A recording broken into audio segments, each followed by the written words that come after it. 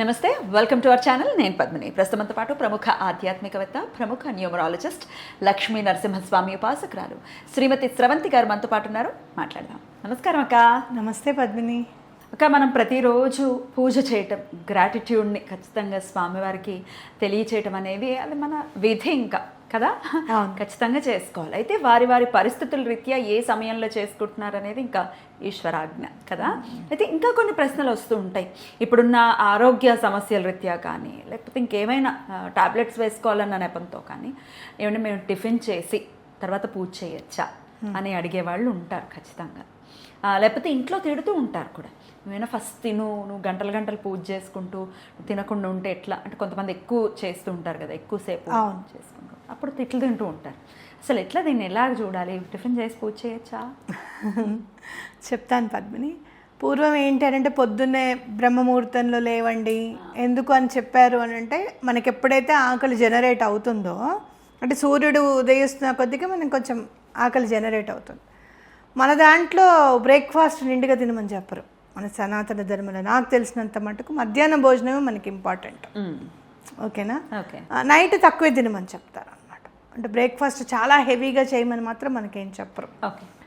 అయితే అట్లా మనం పూజ అయిపోయిన తర్వాత ఎంతో కొంత అల్పాహారం తిని తర్వాత భోజనం తినడం అనేది అలవాటు అయిపోయింది. కానీ ఈ రోజుల్లో ఏమైంది అంటే, పిల్లల్ని స్కూల్కి పంపించి హస్బెండ్ని పంపించిన తర్వాత వంట ముందు ప్రిపరేషన్స్, తర్వాత నెమ్మదిగా స్నానం చేయకుండా ఉండే సందర్భాలు కూడా ఉంటాయి ఒక్కొక్కసారి. లేదు ఫ్రెష్ అప్ అయిన తర్వాత పూజ చేసుకుందాం అనే టైంకి ఆల్మోస్ట్ 10-10:30 అయిపోతుంది పూజ గదిలోకి వెళ్ళేటప్పటికి. ఇంత పని చేసిన తర్వాత తినకపోతే అదొక ప్రాబ్లం. అదొకటి. 35-40 క్రాస్ చేసేటప్పటికి ఈ మంచి ఫుడ్ మనకి ఏదైతే కార్బోహైడ్రేట్ ఫుడ్ దొరుకుతుందో షుగర్ ఫ్యాక్టరీని బాడీలోనే జనరేట్ చేస్తుంది. డయాబెటీస్ వల్ల, మెయిన్ బీపీ డయాబెటీస్ వల్ల కూడా తినకుండా పూజ చేయడం అనేది కష్టంగా మారుతుంది. నా ఉద్దేశం ఏంటి అని అంటే, శరీరాన్ని కూడా మనం ఇబ్బంది పెట్టకూడదు. కాలమాన పరిస్థితుల దృష్ట్యా మనకి ఏదన్నా ఇబ్బందిగా ఉంది అని అనుకుంటే కనుక దాన్ని అంటే మనం ఎట్లా దాన్ని మనం మేనేజ్ చేయగలుగుతాం అనేది చూసుకోవాలి. తినకుండా కొంచెం ప్రోటీన్ వాటర్ తాగడం, లేకపోతే నట్స్, సీడ్స్ ఇప్పుడు ఇవన్నీ ఉన్నాయి కదా తెలిసినవే మనకి, వాటితో కొంచెం షేక్ చేసుకొని తాగడము, ఇలాంటివి బలమైన ఆహారం, ఫ్రూట్స్ అవి కూడా బలంగా ఉండేవి తినడం అనేది చూసుకోవాలి. ఏవి పరగడుపును తినొచ్చు ఫ్రూట్స్, పరగడుపును తినకూడదు అనేవి కూడా ఉన్నాయి. మ్యాంగో పరగడుపును తినకూడదు, ఏం తినకుండా మ్యాంగో తినకూడదు. పొద్దున్నే తిన్నానక్క, ఏం తినకుండా మ్యాంగో తినకూడదు ఎప్పుడు కూడా, ఏమవుతుంది వామిటింగ్స్ అవుతాయి కొంతమందికి. అట్లా కొన్ని ఉన్నాయన్నమాట. అలా మనం వాటిని మెయింటైన్ చేసుకుంటూ వెళ్ళాలి. తిన్నాక ఖచ్చితంగానే పూజ చేసుకోవాలి అని అనుకున్నప్పుడు నేను ఎవరికన్నా ఏం చెప్తాను అని అంటే, అన్నం అట్లాంటివి కాకుండా కొంచెం ఇడ్లీను లేకపోతే దోశ అట్లాంటివి తినడం, లేకపోతే అన్నం ఉంటే కనుక దాన్ని భిన్నం చేసుకుని తినడం, అంటే కొంచెం పోపు వేసుకొని అలా తినడం, కొంచెం పొంగల్ అట్లా తినడం అనేది చేయమని చెప్తాను. చేయొచ్చా అలా తిన్నాక స్నానం చేసి చేయొచ్చు. ఇప్పుడు మనకి నేను బీపీ టాబ్లెట్ వేసుకోవాలి ఖచ్చితంగా. వేసుకున్న తర్వాత నాకు ఆకలి వేస్తుంది, పూజ మీద ధ్యాస ఉండదు, ఆకలి వేస్తూ ఉంటుంది, నీరసం వచ్చేస్తూ ఉంటుంది. అప్పుడు ఏం చేస్తాం? నేను ఖచ్చితంగా టిఫిన్ తిన్నాకే బీపీ టాబ్లెట్ వేసుకోవాలంటే నాకు ఒకళ్ళు సజెస్ట్ చేశారు, అట్లాంటిది మైండ్లో పెట్టుకోకసరం అంతే, బీపీ టాబ్లెట్కి నువ్వు ఫుడ్కి ఏం లేదు, నువ్వు వేసేసుకో మార్నింగ్ లేస్తూనే, ఆ తర్వాత నువ్వు ఏదైనా చేయొచ్చు అని అన్నారు. కానీ ఇప్పుడు ఒక్కొక్కసారి తినకుండా ఏదైనా చేస్తూ ఉంటే కళ్ళు నొప్పి పెడుతూ ఉంటాయి. మనకి నీరసము అనేది కళ్ళ నుంచి స్టార్ట్ అవుతుంటుంది. అందుకే నువ్వు చూడు, ఎండలో వెళ్ళినప్పుడు కళ్ళని కనుక కాపాడుకుంటే ఎనర్జీ తగ్గదు నీకు. అందుకే గ్లాసెస్ వేసుకుంటే ఎనర్జెటిక్గా ఉంటాం మనం కొంచెం. కాబట్టి తిని పూజ చేసుకోవడంలో తప్పు లేదు అనేది నా భావన. దానికి నేనేం ప్రత్యామ్నాయం చూసుకున్నాను అని అంటే, తిన్నాక ఫ్రెష్ అవుతాను, మళ్ళీ స్నానం చేస్తాను, ఫ్రెష్ అవుతాను. ఆ బట్టలతో పూజ గదిలోకి ఎటువంటి పరిస్థితులను వెళ్ళను. తిన్న బట్టలతో కూడా వెళ్ళకూడదు, అంటు కదా, అంటు కాబట్టి బట్టలు మార్చేసుకొని పూజ చేసుకుంటాను.